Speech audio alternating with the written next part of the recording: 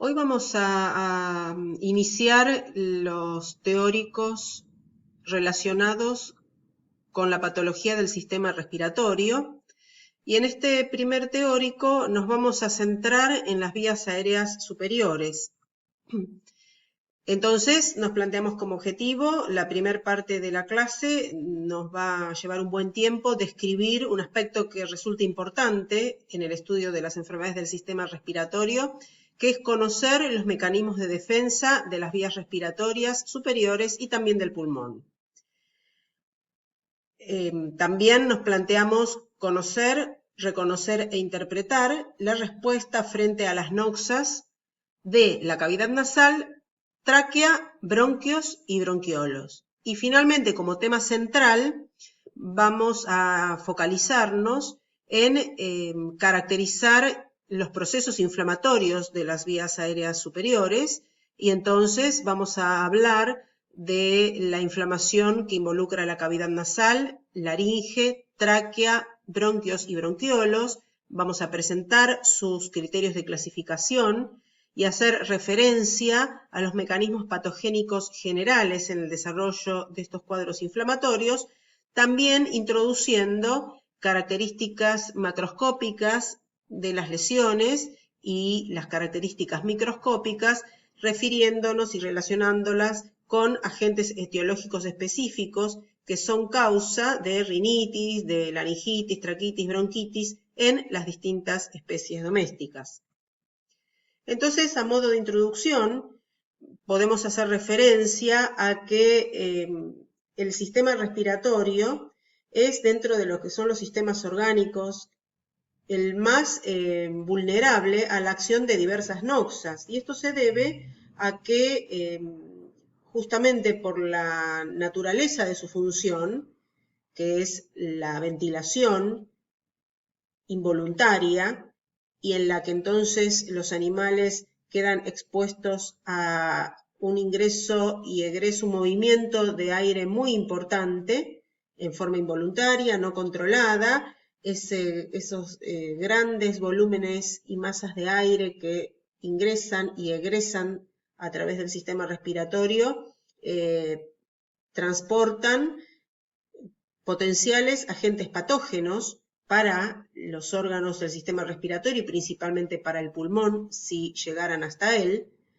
además de esta vía de exposición directa y permanente que tiene todo el sistema respiratorio con el medio externo y el aire de ese ambiente, también el pulmón es un órgano sumamente irrigado y que, por lo tanto, se ve expuesto también a la posibilidad de acceso de patógenos a través de la vía hematógena. Las características en sí mismas del pulmón hacen que gran superficies estén expuestas al contacto, ya sea por la vía aerógena o hematógena, con potenciales agentes patógenos, teniendo en cuenta que la superficie pulmonar alveolar es realmente extensa. Entonces, si pensamos en el aire como principal vehículo transportador de potenciales agentes patógenos, encontramos que en el aire inhalado es muy habitual la presencia de distintos elementos con potencial de daño, desde microorganismos de todo tipo, pensando en virus, bacterias, hongos e incluso parásitos protozoarios, elementos vegetales, porque en ese aire inhalado pueden ingresar granos pequeños, pequeñas fibras de algodón, pequeñas fibras de madera, polvos de distintas harinas y material incluso de origen animal que está presente en el aire, como pueden ser pequeños fragmentos de plumas o la quitina que forma parte de los insectos o directamente el ingreso de ácaros microscópicos. También el aire contiene numerosos gases que resultan tóxicos para el tracto respiratorio, para la mucosa del tracto respiratorio, como son el amonio, el sulfuro de hidrógeno, el dióxido de nitrógeno, el dióxido de azufre, el cloro, y otras sustancias químicas que pueden acceder por la vía del aire, ingresar al sistema respiratorio, son solventes, orgánicos e inorgánicos, herbicidas, algunos metales pesados como el níquel o el plomo, la posibilidad de ingreso también de partículas de asbesto. Entonces, junto con los gases que componen el aire inhalado, la potencialidad del acceso de numerosos elementos capaces de causar daño es una situación real, es alta. Y entonces, si pensamos en cuáles son las vías de entrada de las noxas al sistema respiratorio, la vía más común, la más frecuente, la de mayor importancia es justamente la vía aerógena, que vehiculiza tanto organismos infecciosos como marcábamos recién, como gases tóxicos. La vía hematógena, la segunda vía más importante, que agentes infecciosos y toxinas alcancen las vías aéreas y sobre todo el pulmón a través de la sangre, y en menor medida también las vías aéreas pueden verse afectadas, las vías aéreas e incluso el pulmón, por una acción directa, un daño directo, por ejemplo, lesión pulmonar a partir de la perforación del diafragma o una ruptura de esófago traumática que también involucre la tráquea, por ejemplo, o el propio pulmón, algún objeto punzante, entonces, que alcance parte de las vías aéreas o el propio pulmón desde el exterior. También a modo de introducción, podríamos tener en cuenta, tanto para las enfermedades del sistema respiratorio como para las enfermedades o los procesos patológicos de origen infeccioso que afectan otros sistemas orgánicos que tienen contacto indirecto con el medio externo, como puede ser, por ejemplo, el sistema digestivo, es importante tener en cuenta que, sobre todo en todo lo que son enfermedades infecciosas, las características de los sistemas de producción o de crianza de los animales domésticos hace mucho o puede llegar a aportar a el desarrollo de ciertos cuadros, en este caso de enfermedad respiratoria. Entonces, en realidad, en los animales de producción, las enfermedades del sistema respiratorio, junto con las del sistema digestivo, junto con las del sistema nervioso, son importantes causas de pérdidas económicas. Y en esto, entonces, aunque de acá en más es muy probable que hagamos referencia a agentes etiológicos específicos, infecciosos y no infecciosos, con capacidad de provocar daño en el sistema respiratorio de las distintas especies domésticas, es importante no olvidar que en realidad cuando hablamos de la enfermedad respiratoria, hablamos de enfermedades de una etiología multifactorial. Esto quiere decir, los agentes infecciosos son importantes y mucho en el desarrollo de los cuadros de enfermedad respiratoria que afectan a grandes poblaciones, pero si bien son importantes y necesarios, no son la única causa de la enfermedad respiratoria. De hecho, es muy importante tener en cuenta factores ambientales que pueden favorecer el desarrollo de un cuadro respiratorio o la acción de determinados agentes infecciosos. Son muy importantes también, pensando en los animales de producción, los factores de manejo y, por supuesto, cada animal, cada individuo aporta su propia idiosincrasia e incluso en las distintas producciones animales hay factores genéticos que también condicionan o predisponen a un desarrollo particular o más frecuente de distintos cuadros de enfermedad respiratoria. Entonces, aunque no lo nombremos en forma permanente y aunque hagamos en muchas ocasiones referencia a agentes específicos causales de enfermedad en el sistema respiratorio, no olvidemos que la enfermedad respiratoria en realidad se la debe abordar pensando en una etiología multifactorial. Esto es entonces, en este sentido, es importante cuando pensamos en los animales de producción y en los sistemas productivos, tener en cuenta que todo lo que sea enfermedad transmisible de origen infeccioso, y acá estamos hablando de las enfermedades del sistema respiratorio, pero podríamos estar pensando, como decíamos hoy, las enfermedades del sistema digestivo o enfermedades reproductivas o enfermedades que involucran el sistema nervioso, todas aquellas que tienen su origen en agentes infecciosos transmisibles, la organización de cada sistema productivo es muy importante en cuanto a la posibilidad de restringir o limitar el ingreso de patógenos a un establecimiento, y hablamos de bioseguridad externa, o la transmisión dentro de un establecimiento una vez que los agentes infecciosos ingresan, y se habla entonces de bioseguridad interna. Simplemente entonces dar una idea que aquellos establecimientos que carecen de medidas de bioseguridad externa o interna, donde no hay control del ingreso de personas o de vehículos o de utensilios de trabajo, donde no hay control de roedores y otros animales circulantes dentro de los establecimientos, donde no está controlado o prevista la eliminación de los despojos de los animales que van muriendo, son todos factores que pueden ayudar, que de hecho van a ayudar a el ingreso de patógenos infecciosos y su transmisión dentro del establecimiento. Para los cuadros respiratorios, particularmente, la alta densidad animal en los sistemas productivos en confinamiento, como pueden ser en la producción de aves o en la producción porcina o el engorde a corral en el caso de los bovinos, ese gran número de animales en un mismo ambiente, ese contacto tan próximo de un animal a otro, favorece la transmisión de agentes infecciosos y por lo tanto favorece el desarrollo de enfermedad respiratoria.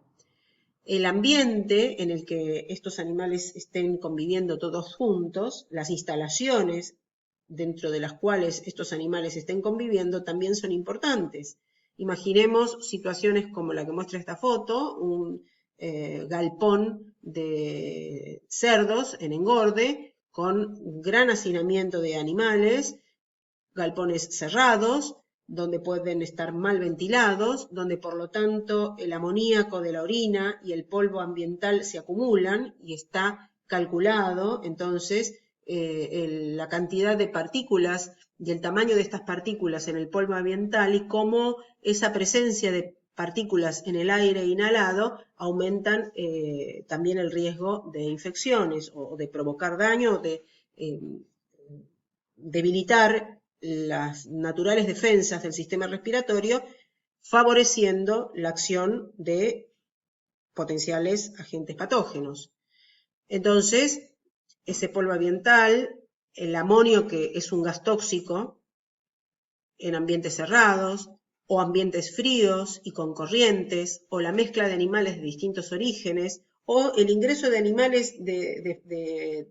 origen externo que son incorporados directamente a un lote de animales de producción sin realizar o sin respetar una cuarentena, son, entre tantos otros, factores importantes que pueden favorecer el desarrollo de un cuadro de enfermedad respiratoria de origen infeccioso. Dejamos entonces esta introducción y vamos a hacer referencia a los mecanismos de defensa de las vías respiratorias superiores y del pulmón. Es así entonces que podemos referirnos a los mecanismos de defensa que todo el sistema respiratorio posee en su totalidad, diferenciando a ese sistema respiratorio en los distintos órganos que los componen, y hablar así de un sistema de conducción conformado por la cavidad nasal, los senos paranasales, la faringe, laringe, tráquea y bronquios extrapulmonares e intrapulmonares. Una delicada área considerada transicional que incluye a los bronquiolos primarios y secundarios y a los bronquiolos respiratorios, y luego la zona de intercambio que involucra ya al ducto alveolar y a los sacos alveolares y sus alvéolos. En cada área del sistema respiratorio, en el área de conducción, transicional o de intercambio, podemos describir algunos mecanismos de defensa comunes a todos los órganos o regiones del sistema respiratorio y algunos más específicos o particulares de acuerdo al segmento que estemos analizando. En todo caso, estos mecanismos de defensa están desarrollados o se expresan con el objetivo de mantener el equilibrio de la normal microbiota residente a todo lo largo del sistema respiratorio, incluyendo al pulmón. Si bien hasta hace unos años se consideraba que las vías aéreas más distales y el pulmón carecían de microorganismos, en realidad hoy día se conocen que existe también una microbiota propia, que el animal sano se mantiene en equilibrio y que en todo caso esos mecanismos de defensa están desarrollados justamente para sostener este equilibrio de la microbiota pulmonar, prevenir el aumento en el número de organismos, el ingreso y el aumento en el número de organismos no comensales que puedan llegar al alvéolo y finalmente evitar el desarrollo de una respuesta inflamatoria. Porque si bien sabemos por la patología general que la inflamación involucra toda una serie de cambios que se desencadenan en el organismo animal con el fin de eliminar una noxa, en esa misma respuesta inflamatoria, la intensidad de esa respuesta inflamatoria puede ser tan importante que termina provocando un intenso y grave daño al propio organismo, al propio órgano, y en este caso el pulmón centralmente, que se pretende proteger. Podemos entonces, dentro de los mecanismos de defensa, diferenciar aquellos mecanismos inespecíficos que hacen a la inmunidad innata de los mecanismos de defensa específicos que hacen a la inmunidad adquirida. Y si pensamos en estos mecanismos inespecíficos de defensa, podemos describir inicialmente en la cavidad nasal y centrarnos en la natural barrera anatómica que la propia estructura de los cornetes nasales brindan como parte de ese sistema o de esa posibilidad defensiva.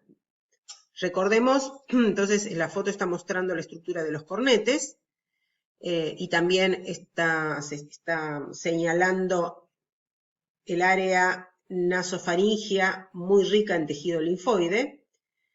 Cada uno de los cornetes, dorsal, ventral, cornete etmoidal, está tapizado de una mucosa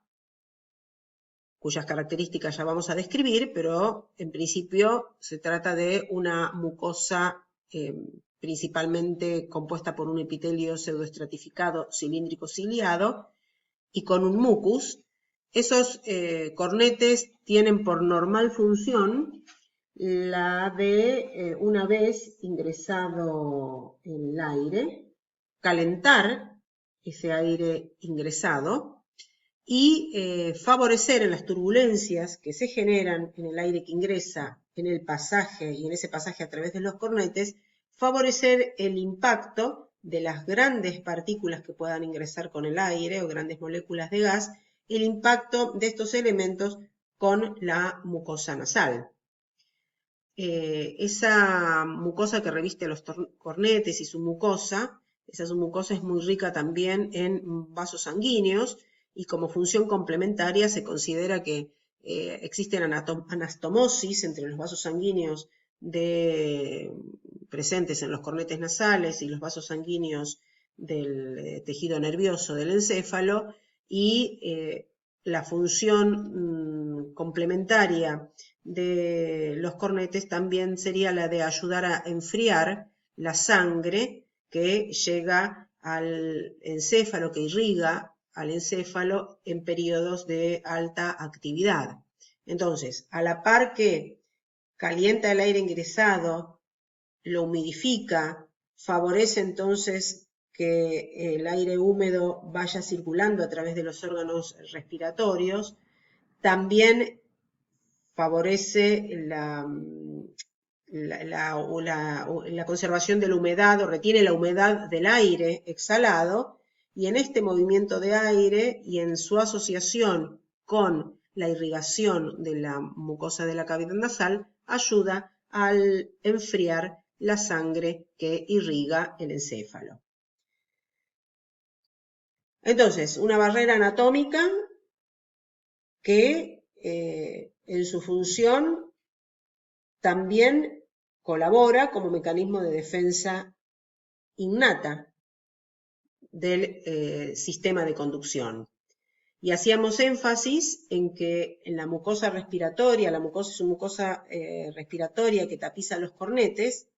favorece entonces que aquellos elementos extraños que ingresan con el aire inhalado queden retenidos a lo largo de todo el sistema respiratorio. Y en el sitio en el que impacten y queden retenidos, depende un poco del tamaño de la partícula inhalada, de su forma, de la longitud, de la densidad, de la carga eléctrica, de la humedad. En general se consideran que las partículas mayores de 10 micras van a conseguir quedar retenidas, van a impactar y van a quedar retenidas en la mucosa de la cavidad nasal, mientras que aquellas partículas más pequeñas, entre 3 o 4 a 10 micras, que superen las barreras de la cavidad nasal, impactarán en la mucosa traqueal y bronquial, y aquellas partículas más pequeñas, quizás son las más peligrosas para el sistema respiratorio, teniendo en cuenta que en general partículas menores a 2 micras sortean las barreras y los mecanismos de inmunidad innata presentes en cavidad nasal y en laringe, tráquea y bronquios, y terminan impactando en la región, en la unión bronquiolo-alveolar, que ya veremos que es uno de los puntos o de los sectores más lábiles de todo el sistema respiratorio. No solo importa el tamaño, también la forma, decíamos, y la longitud. En realidad hay partículas de una forma más aerodinámica que pueden atravesar todas las barreras que le ofrece el sistema respiratorio en su área de cavidad nasal y todo el sistema de conducción, como ocurre en el hombre, más frecuentemente que en los animales, con las partículas de asbesto. Esas partículas de asbesto pueden llegar a tener 100 micras en cuanto a tamaño, pero su forma longilínea, su forma aerodinámica, le permite atravesar toda la barrera que le ofrece la cavidad nasal, laringe, tráquea y bronquios, y finalmente alcanzar el pulmón. Y de hecho, también es frecuente en nuestros animales domésticos encontrar en la intimidad de los pulmones, con una pequeña respuesta inflamatoria asociada, elementos extraños como pueden ser fibras vegetales. Entonces, que por su forma y su tamaño mucho mayor a las micras a las que estamos haciendo referencia, pero por su forma pueden llegar a alcanzar finalmente el pulmón, y allí entonces haber habido un fracaso de los mecanismos de defensa que se instalan justamente para evitar que elementos extraños lleguen a la luz de los sacos alveolares y de los alvéolos. Entonces, referencia al tamaño de las partículas y a dónde suelen impactar y quedar retenidas y ser eliminadas, y cuál tamaño de partículas suele ser mucho más peligroso por su alta posibilidad o su elevada posibilidad de alcanzar la región bronquiolo-alveolar, que es una zona mucho más lábil y delicada y con capacidad de respuesta un poco más restringida frente a la acción de las noxas. Estamos haciendo referencia hasta ahora a lo que es una barrera mecánica, una barrera anatómica, como son los cornetes y la circulación del aire dentro de ellos. Pensemos también en ciertos mecanismos inespecíficos de defensa, como pueden ser ciertas respuestas de eliminación mecánica, como son la tos y el estornudo, y principalmente la función importantísima del llamado barrido mucociliar, es decir, la posibilidad entonces que tiene la mucosa respiratoria, a través de sus secreciones y del movimiento de las cilias, de eliminar partículas o elementos particulados o gaseosos que ingresen al sistema respiratorio. Aprovechamos entonces para definir de qué hablamos cuando hablamos de tos ¿Y de qué hablamos cuando hablamos de estornudo? Cuando hablamos de tos, nos estamos refiriendo a una expulsión súbita y ruidosa de aire de los pulmones. Hay una contracción espasmódica repentina de la cavidad torácica que favorece esa expulsión violenta del aire hacia el exterior desde los pulmones. En el estornudo hacemos referencia a una acción refleja, donde a continuación de una brusca inspiración se produce también una expiración violenta a glotis cerrada. Tanto la tos como el estornudo son acciones mecánicas que favorecen la eliminación de partículas que han impactado en cavidad nasal y en vías aéreas superiores. Pero el mecanismo inespecífico de defensa más importante en estas vías aéreas superiores, en lo que es el sistema de conducción, es el barrido mucociliar. Y la foto nos está recordando, nos está mostrando un epitelio respiratorio. Recordemos que la mayor parte de la mucosa nasal, laringe, tráquea y bronquios está constituida por una mucosa con un epitelio pseudoestratificado cilíndrico ciliado, que asienta en una membrana basal y una submucosa con distintas características. El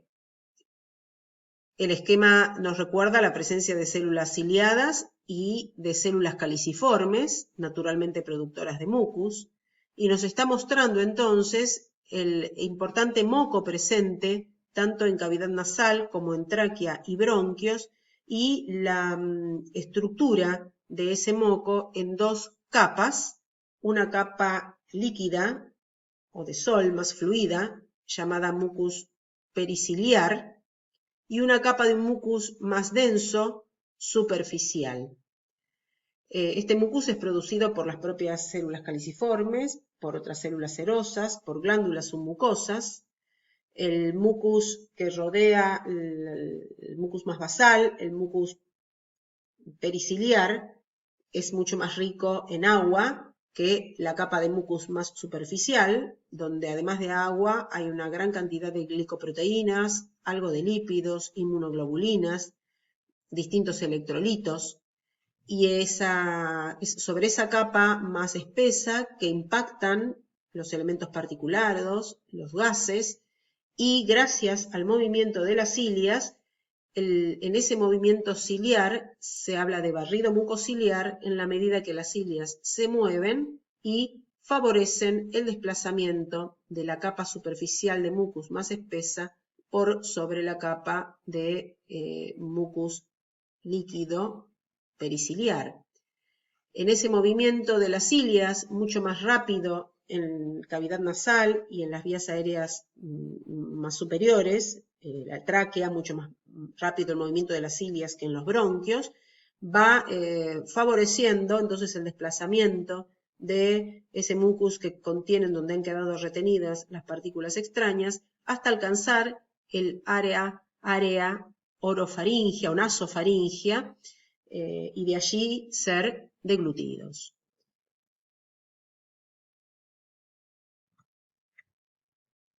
El mucus de las vías respiratorias es muy rico en numerosas sustancias con actividad antimicrobiana. Se considera que el mucus del tracto respiratorio posee más de 1000 proteínas con actividad antimicrobiana. La lisosima, la lactoferrina, la transferrina. La lisosima es una enzima que de acción bactericida actúan directamente contra las bacterias. La lactoferrina, la transferrina. En el caso particular de la lactoferrina, impide la captación de hierro por parte de las bacterias. En el caso de las defensinas, por ejemplo, son proteínas que actúan directamente matando bacterias, hongos, provocando daño o poros en las membranas de esos microorganismos. Las colectinas son proteínas que favorecen la aglutinación de distintos elementos o partículas dañinas, y en esa aglutinación también tiene capacidad opsonizante, al igual que los factores de complemento, lo que significa que los hacen más apetecibles a estos elementos extraños y más accesible a la acción fagocítica de macrófagos y de esta forma su eliminación.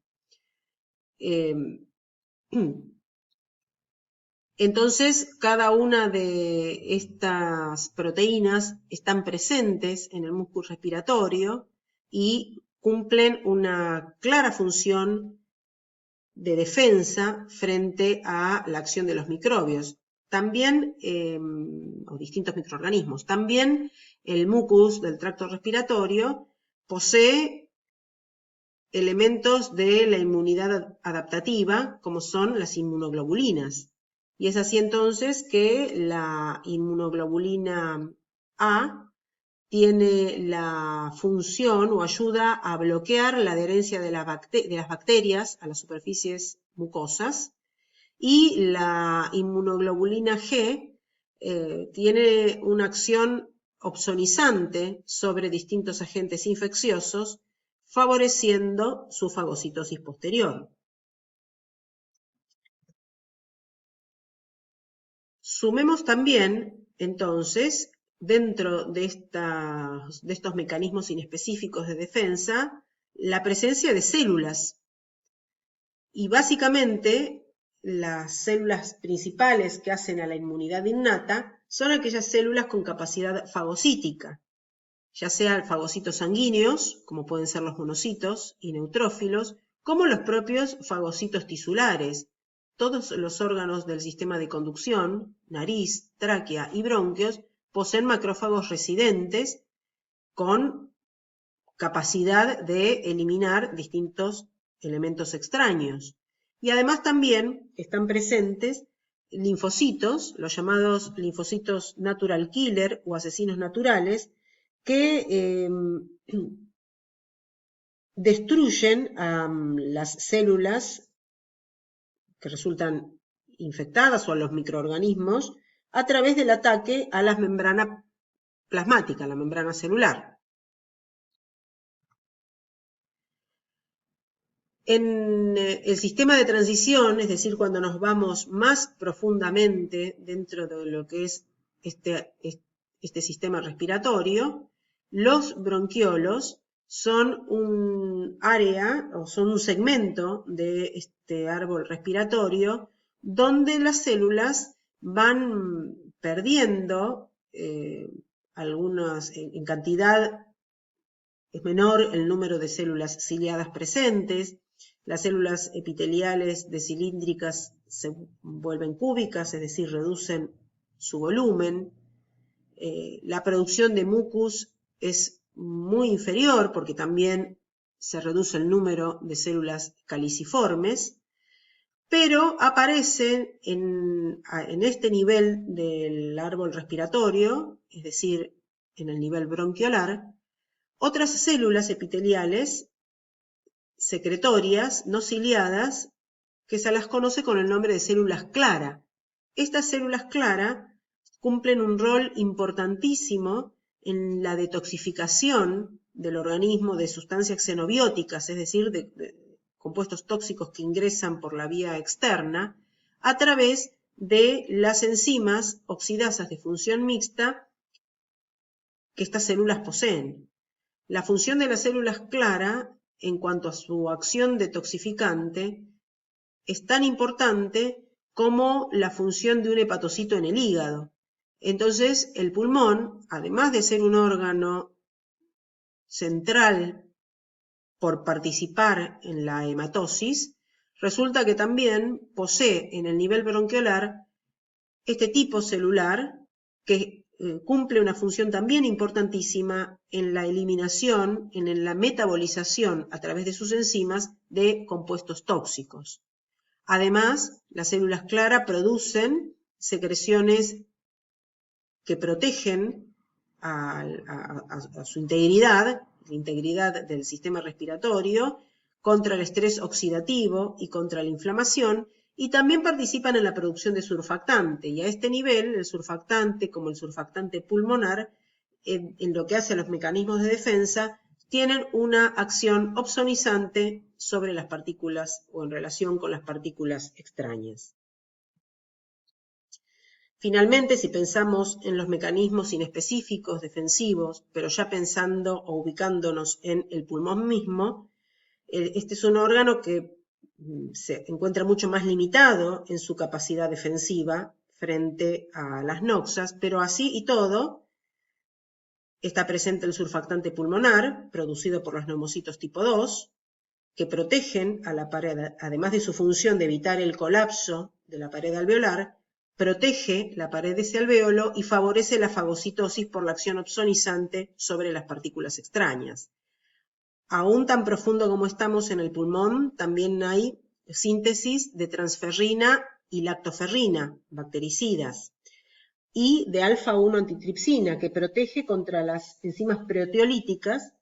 liberadas por las propias células fagocíticas durante un proceso inflamatorio. La alfa-1 antitripsina tiene una acción antiinflamatoria. Y luego es importantísima la acción y el rol de los macrófagos en el pulmón, centralmente del macrófago propiamente dicho macrófago alveolar. Ese macrófago alveolar presenta receptores para inmunoglobulinas, para factores de complemento, también receptores para factor de necrosis tumoral, receptores Toll-like y receptores de muerte celular. Entonces, el rol del macrófago alveolar es central como célula de la defensa en el nivel pulmonar, y cuando se requiere hay que recordar que no solo está presente el macrófago alveolar, sino que la mayoría de las especies presentan macrófagos intravasculares, que están como soldados, como centinelas, para evitar que agentes de daño puedan alcanzar el pulmón a través de la vía hematógena. Hay macrófagos también intersticiales en el tejido conectivo que rodea las estructuras vasculares y bronquios y bronquiolos, y también hay macrófagos en la pleura. Por lo tanto, las posibilidades de defensa a través de la inmunidad innata son numerosas, son importantes, cada elemento juega su rol importantísimo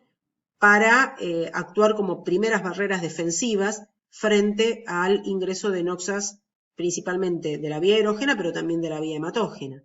Y luego tenemos aquellos mecanismos que hacen a la inmunidad adquirida, mecanismos específicos de defensa. Y acá vamos a pensarlo en conjunto. Para todo el sistema respiratorio, todos los órganos del sistema respiratorio cuentan con la posibilidad de una respuesta por parte de una respuesta específica de tipo humoral o una inmunidad específica de tipo celular.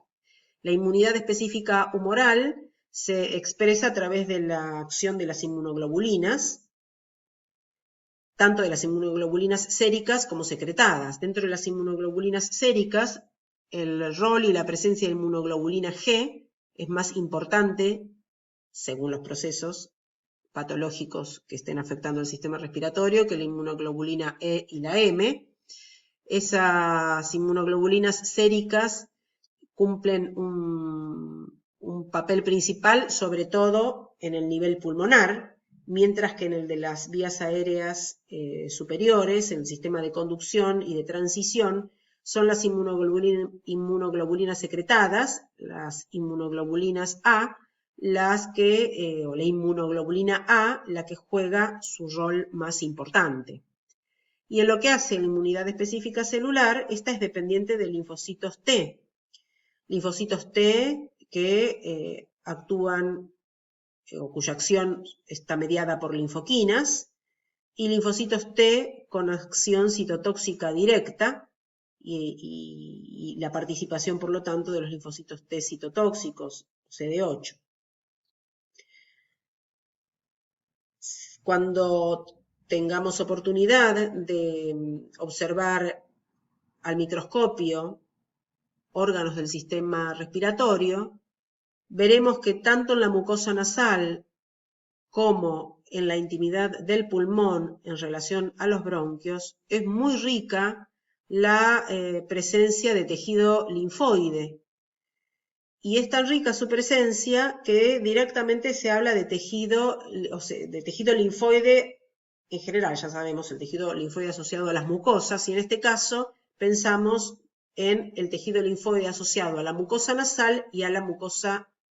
bronquial o a los bronquios. De allí se habla de NALT y BALT como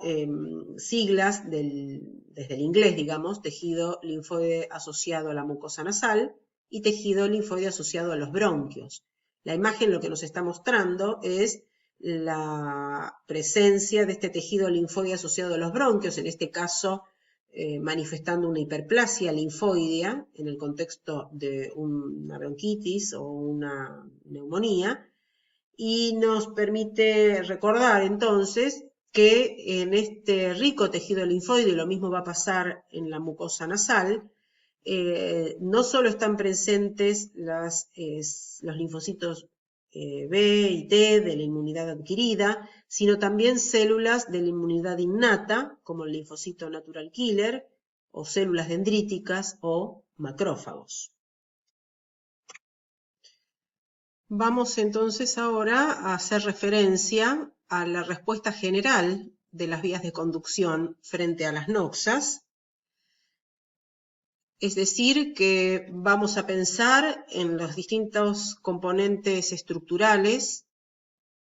de las vías aéreas superiores, las vías aéreas del sistema de conducción y de transición, recordar cuál es su normal estructura histológica y luego, teniendo en cuenta esta estructura y sus componentes, vamos a pensar o a describir cuáles son las distintas formas de responder frente a una agresión sin pensar en algún agente puntual, sino la gama de posibilidades que tienen los órganos del sistema respiratorio en su segmento de conducción y transición para responder frente a la agresión. Entonces, recordemos la estructura histológica de la cavidad nasal, donde podemos describir una mucosa y una submucosa. La mucosa constituida por un epitelio que asienta sobre una membrana basal y una lámina propia. El epitelio, en general, en la mayor parte de la mucosa de la cavidad nasal, el epitelio es, lo habíamos descrito anteriormente, pseudoestratificado, cilíndrico, ciliado, pero también encontramos un epitelio estratificado escamoso en la región del vestíbulo nasal, un epitelio transicional y un epitelio olfatorio en la parte caudal y caudodorsal de la cavidad nasal, con algunas diferencias puntuales o específicas que caracterizan a ambos, tanto la zona del vestíbulo de la cavidad nasal como a la mucosa y el epitelio de la mucosa olfatoria. En general, y a los efectos de pensar ahora en la respuesta frente a la agresión, tengamos presente ese epitelio pseudoestratificado, cilíndrico, ciliado, con células caliciformes, que tapiza la mayor parte de la mucosa de la cavidad nasal. La lámina propia, como en la mayoría de las mucosas de los distintos órganos que estudiemos, está constituida por una base de tejido conectivo que da soporte a vasos sanguíneos y linfáticos, y en este caso en la cavidad nasal, rica también esa lámina propia en glándulas serosas, mucosas y mixtas que aportan el mucus que va a formar parte justamente del mucus que participa en el barrido mucociliar. El tejido submucoso de la cavidad nasal, habíamos hecho referencia que es muy rico en tejido linfoide, el tejido linfoide asociado a la nariz, y también muy presente La red vascular que describíamos cuando hacíamos referencia a las barreras anatómicas que la cavidad nasal ofrece como mecanismo de defensa frente al ingreso del aire y las partículas que puedan ingresar con el aire inspirado, esa rica red venosa que constituye un extenso plexo vascular en la submucosa de la cavidad nasal. Y luego tenemos, podemos repasar lo más importante de la estructura histológica del sistema de conducción, es decir, laringe, tráquea y bronquios, donde también podemos describir una mucosa y una submucosa.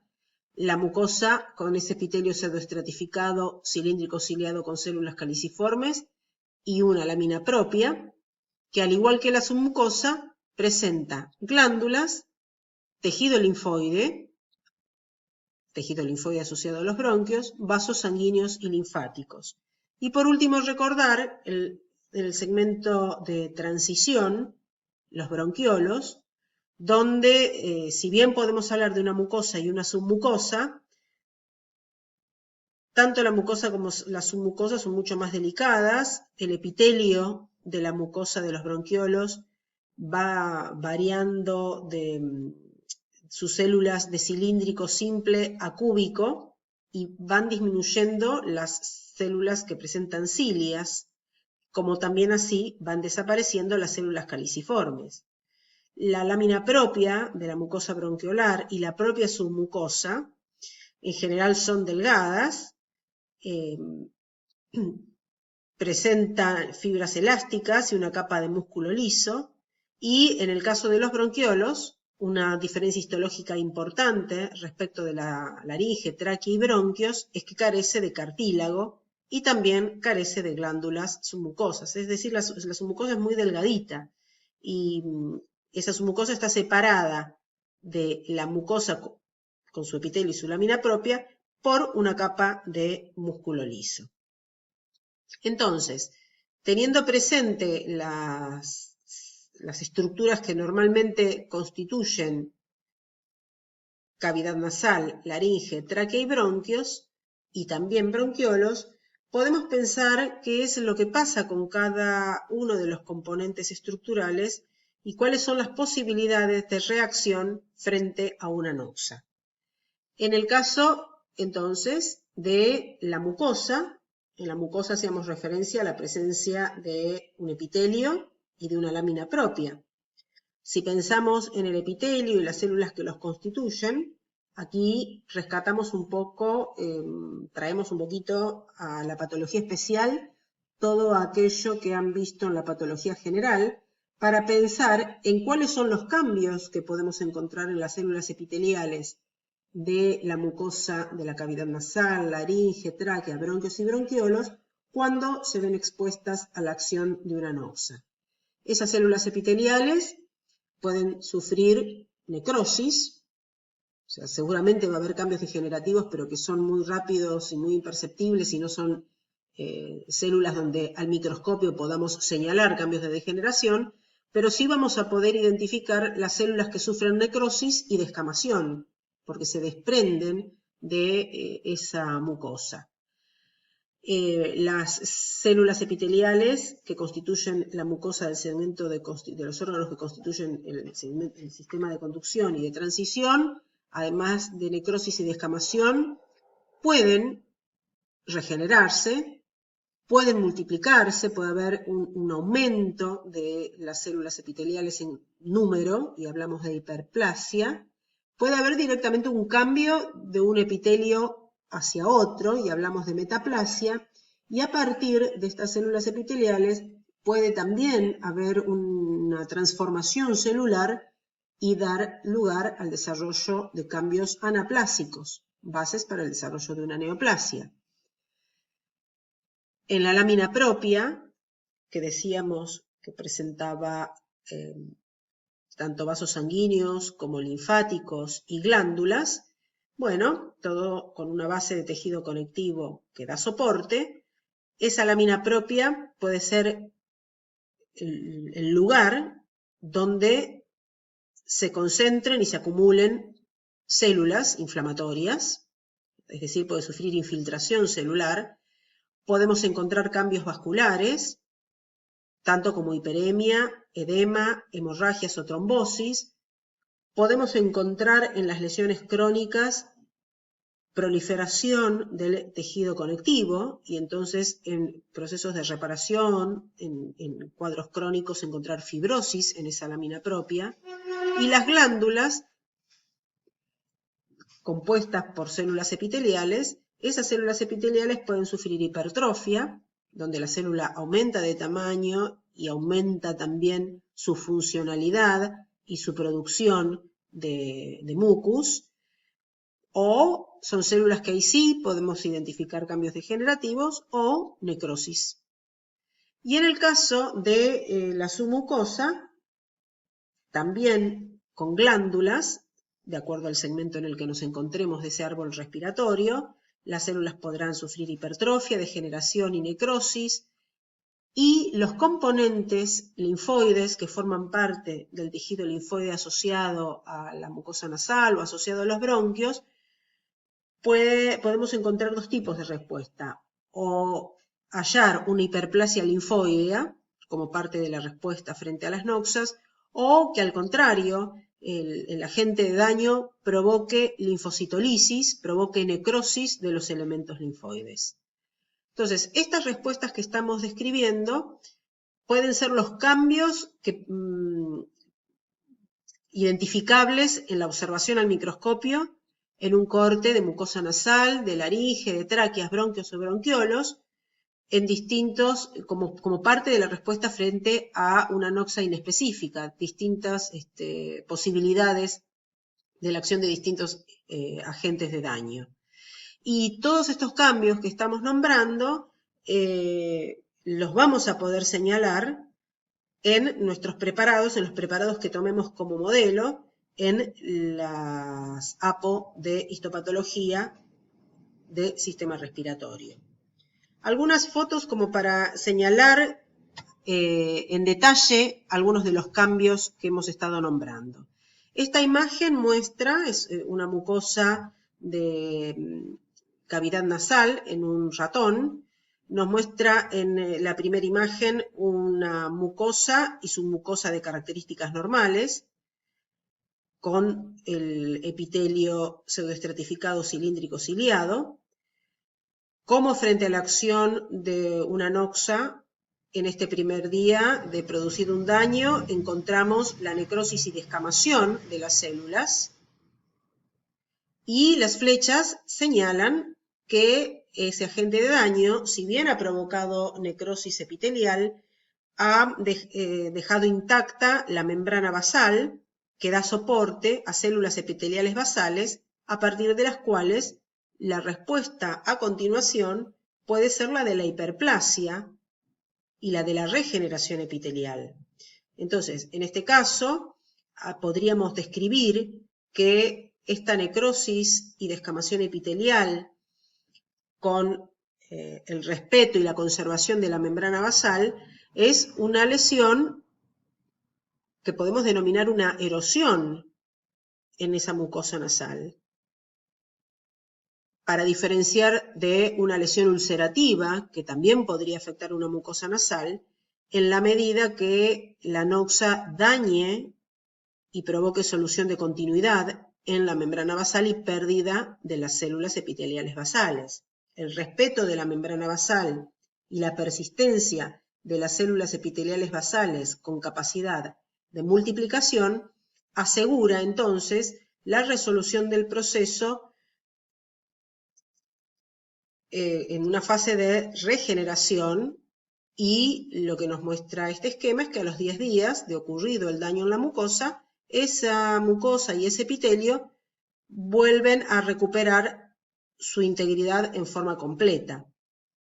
Aquí, en esta imagen, en la tercera imagen, se señala en el inserto una célula en mitosis. Entonces se está rescatando la capacidad de esas células basales que siguen tapizando la membrana basal que no ha sido dañada. Entonces se resalta la capacidad de multiplicación de regeneración y a los 10 días de recuperación de la integridad epitelial. En la medida que la noxa provoque daño, pero ese daño respete, o en esa acción respete la membrana basal y la persistencia de algunas células basales con capacidad regenerativa, la mucosa nasal y la mucosa de todo el tracto respiratorio en sus zonas de conducción y transición pueden regenerarse ad integrum. Rescatamos entonces aquí, en esta imagen, el daño que pueden sufrir la respuesta frente a las noxas de las células ciliadas y no ciliadas, que es la necrosis y descamación, que muestra el esquema, las células caliciformes, productoras de mucus, que pueden sufrir en una primera instancia una hipertrofia e hiperplasia y posteriormente necrosis, y las células basales e intermedias, que son aquellas que pueden o que tienen posibilidades de entrar en mitosis y de diferenciarse y favorecer la recuperación del epitelio ad integrum en su totalidad. Esta imagen, por ejemplo, es otra imagen de un corte de mucosa nasal, donde observamos varios cambios. El epitelio nos deja ver el desprendimiento de algunas de las células epiteliales, es decir, hay respuesta de necrosis y descamación. Parece también conservada la membrana basal y se ve muy bien la cantidad de células basales que persisten, lo cual es un buen augurio para la regeneración. La foto también nos muestra una amplia área de submucosa. Esta submucosa con un mayor número de células que las que debiéramos ver en una mucosa nasal sana, con lo cual interpretamos que hay un infiltrado de células inflamatorias. También las fibras del tejido conectivo de la mucosa se encuentran muy separadas, dejan pequeños espacios en blanco, que podemos interpretar como lugares o sitios de edema, es decir, es probable que esa separación de las fibras del tejido conectivo sea la consecuencia del acúmulo de un trasudado o un exudado líquido extravasado de edema, y también se remarcan los vasos sanguíneos distendidos, con muchos eritrocitos, hiperemia, y algo que cuesta un poquito ver en esta imagen, estos son sectores o estas estructuras corresponden a glándulas que han sufrido cambios de necrosis. Entonces, en una misma imagen estamos viendo en la lámina propia hiperemia, el aumento de la permeabilidad de los vasos con edema, extravasación de líquidos y células, edema infiltrado celular inflamatorio, y en este caso la necrosis de las glándulas de la lámina propia de la mucosa. En los bronquios, la foto izquierda muestra la estructura de un bronquio sano, la de la derecha, la única diferencia perceptible en esta imagen es la prominencia o lo prominente y evidente que resultan las células caliciformes, estas células que se presentan más globosas en la porción apical, que tienen como una gota de un material azulado o mucus, y la presencia de mucus en la luz de este bronquio. La lámina propia, aquí estamos observando epitelio, pseudoestratificado cilíndrico ciliado, con hipertrofia e hiperplasia de células caliciformes, lámina propia de la mucosa, músculo liso y su mucosa con glándulas. El epitelio pseudoestratificado cilíndrico y ciliado, decíamos, con hiperplasia e hipertrofia de células caliciformes. La lámina propia con infiltrado celular inflamatorio y un poquito de edema. Y en la submucosa estamos viendo una glándula con un poco de secreción. No parecen ser cambios muy serios. En esta otra imagen, en cambio, la respuesta inflamatoria, porque estamos frente a un cuadro de bronquitis, es un poco más prominente, los cambios son más serios. Hay descamación de las células epiteliales del bronquio, hay un intenso infiltrado celular de linfocitos, de células plasmáticas, y en la lámina propia, y en la submucosa, una glándula intacta y dos glándulas con necrosis y descamación de sus células.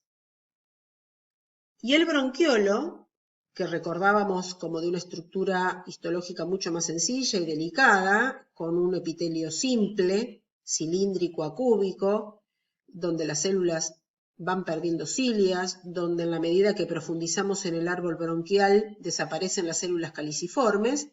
En este caso estamos viendo la estructura de un bronquiolo normal y cómo, en ciertos contextos, la inflamación del bronquiolo puede ser bien evidente y con un daño intenso, y acá estamos observando otro bronquiolo. Lo distinguimos por su capa de músculo liso. Vemos el epitelio aplanado, atenuado o perdido. Hay necrosis del epitelio. Vemos material celular en la luz del bronquiolo y detritus celulares y este material rosado intenso que es fibrina. Alrededor vemos que el bronquiolo no es la única estructura dañada, porque de hecho estamos viendo vasos sanguíneos con cambios importantes. Estamos en la intimidad del pulmón, vasos hiperémicos, vasos con trombosis, los vasos peribronquiales, la lámina propia muy delgadita de ese bronquiolo, pero con espacios en blanco, edema, hiperemia. Estamos entonces frente a una bronquiolitis necrótica y un daño bronquiolar, una respuesta inflamatoria bronquiolar importante y con mucho daño, y a su vez estamos describiendo algunos otros cambios que acompañan, que están presentes en los alvéolos del pulmón. Esta es otra imagen. Los alvéolos pulmonares en principio no parecieran tan afectados. Se están observando la luz de los alvéolos con algunas muy escasas células, pero esta imagen está incorporada para señalar otra de las respuestas frente a la agresión, que es la hiperplasia del tejido linfoide asociado a los bronquios.